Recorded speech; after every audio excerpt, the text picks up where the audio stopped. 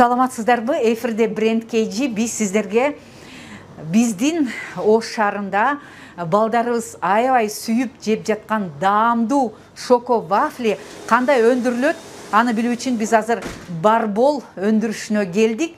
Өндүрүшкө кирүү үчүн адегенде бир катар санитардык талаптарды аткарууга жетиштик.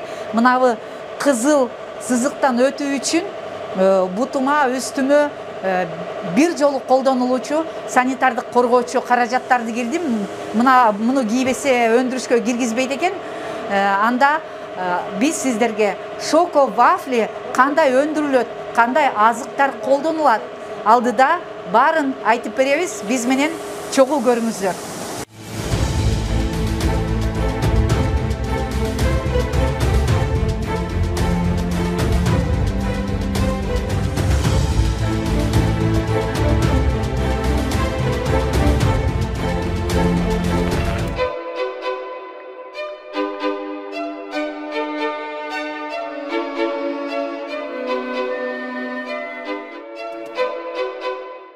Даяр рецепти бул жака салып, аралаштырып, анан даяр болгон камырды операторго өткөзүп берем. Бизде бардыгы нукра азыктар, адал, халал деген сертификатыбыз бар. Барбол кондитердик фабрикасы, бул жерде печенье, вафлилер иштеп чыгат. Бул жерде биз азыр вафли жасап жатабыз. Бул жактан даяр болгон вафлилерди крем капталып жатат.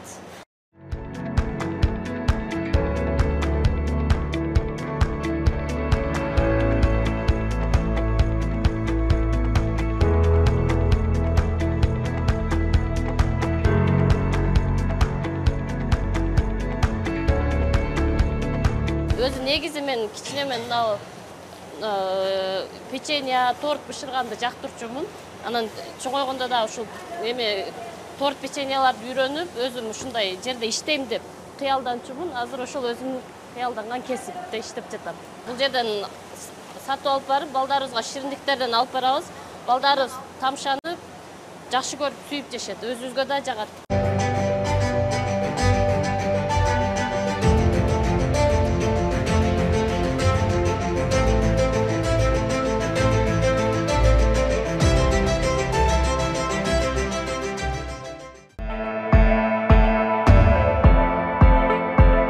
Биздин максат Кыргызстандын брендин чет өлкөлөргө экспорттоого бел байлаган ата мекендик өндүрүштү колдоо. Ар бир көрсөтүү ЛТРдин эфиринен акысыз чыгарылдырылат.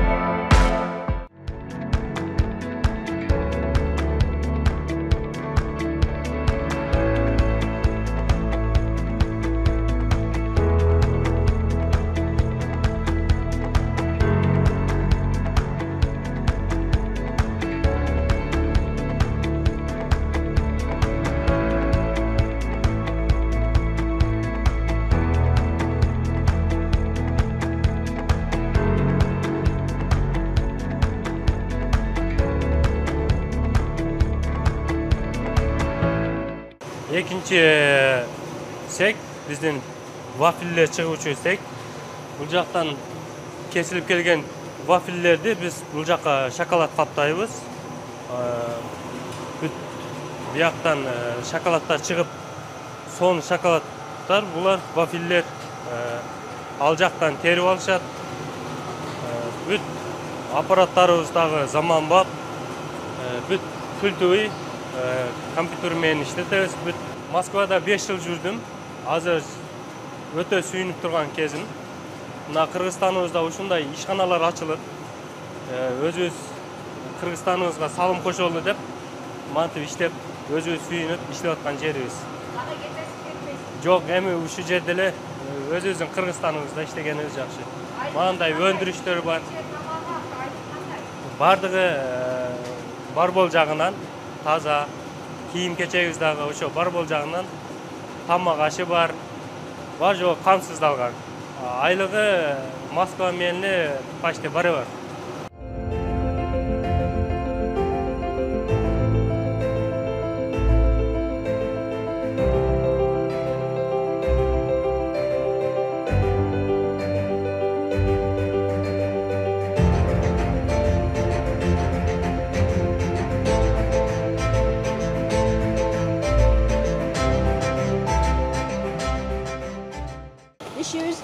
ушу лентада турабыз. Бул жерде миңдеген кыз келиндер иштейт. Таттууларды алабыз, неберелерибизге торт апарабыз. Өзүбүздүн ата мекендик өндүрүш.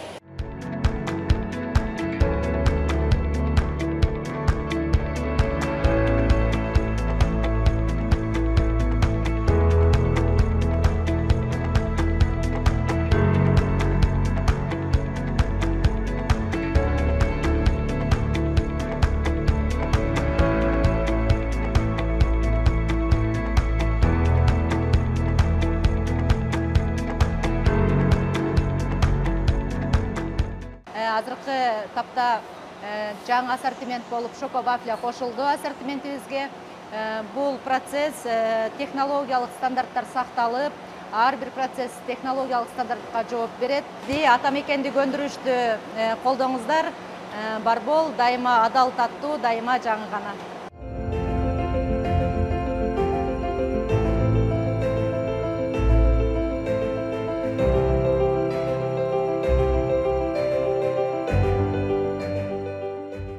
Бүгүнкү күндө бизде жалпысынан торттун 23ден ашык түрү өндүрүлөт. Кондитердик азыктардын дагы 20дан ашык түрү өндүрүлөт.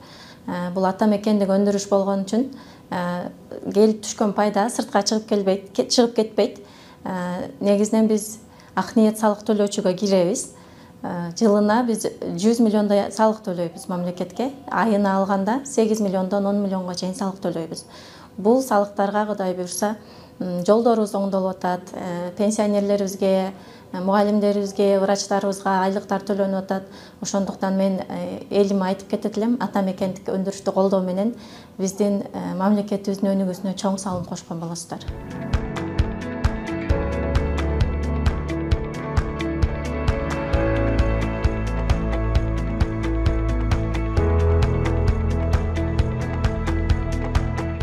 Заманбап технологияда сапаттуу, даамдуу чоко вафли өндүрүлүп жатат. Дароо ушул цехте өндүрүлүп, мындай баштыктарга өң түс берилип, таңгакталып, андан сырткары мындай баштыктарга тизилип, ата мекендик өндүрүш өр алып жатат. Андан улам өзүбүздө өндүрүлгөн нукура азыктарды сатып алыңыздар. Сон өзүбүздө айланат, салык казынага түшөт. Ата мекендик өндүрүш өр алат. Эң башкысы жумуш орундары көбөйөт. Сиздер Бренд KG программасын көрдүңүздөр. Саламатта калыңыздар. Биздин максат Кыргызстандын брендин чет өлкөлөргө экспорттоого бел байлаган. Ата мекендик өндүрүштү колдоо. Ар бир көрсөтүү ЛТРдин эфиринен акысыз чыгарылат.